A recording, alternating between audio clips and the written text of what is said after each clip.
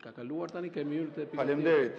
Zoti kryetar. Kërkoni fjalën te procedura dhe ju dëgjova pak më përpara që shprehet një shqetësim në lidhje me gjuhën dhe gramatikën në procesverbalin e kuvendit, por ende nuk kemi dëgjuar nga ju si kreu kuvendit apo institucioni në lidhje me denoncimin publik që ka bërë kolegja e nderuar e kësaj salle, zonja Mariana Koçeku, që është kërcënuar nga bandat famkeqe të Shqipërisë.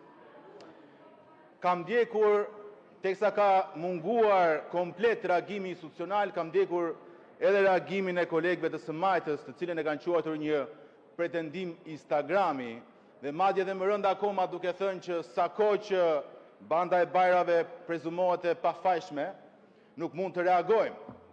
Prandaj zoti kryetar, dua di nëse ju keni pasur kontakt, duam dim nëse Ministria e Brendshme dhe Garda e Republikës e ka marrë në mbrojtje deputeten, sepse ajo sot mungon në sallë, duke nënkuptuar që ka të vështirë të kryej funksionin e saj. Duam ta dim këtë gjë.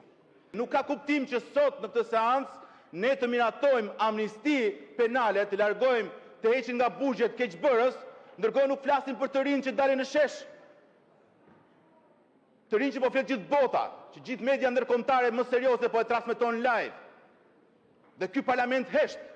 Si mund të heshti ky parlament? Përfaqësuesit e kujt është ky parlament? Ndaj nëse ka një kërkesë, zoti kryetar, janë vetëm dy. Ktheheni çështje dite, mocion për debat, do të flasim vetëm për protestën, kërkesat e saj. Dhe nëse nuk ndodh kjo, keni guximin tjetër, atëherë shpëndani këtë parlament të turpshëm. Shpëndani menjëherë. Ka dalë rinia në shesh, kërkojnë zgjedhje të parakoshme, dorëheqje.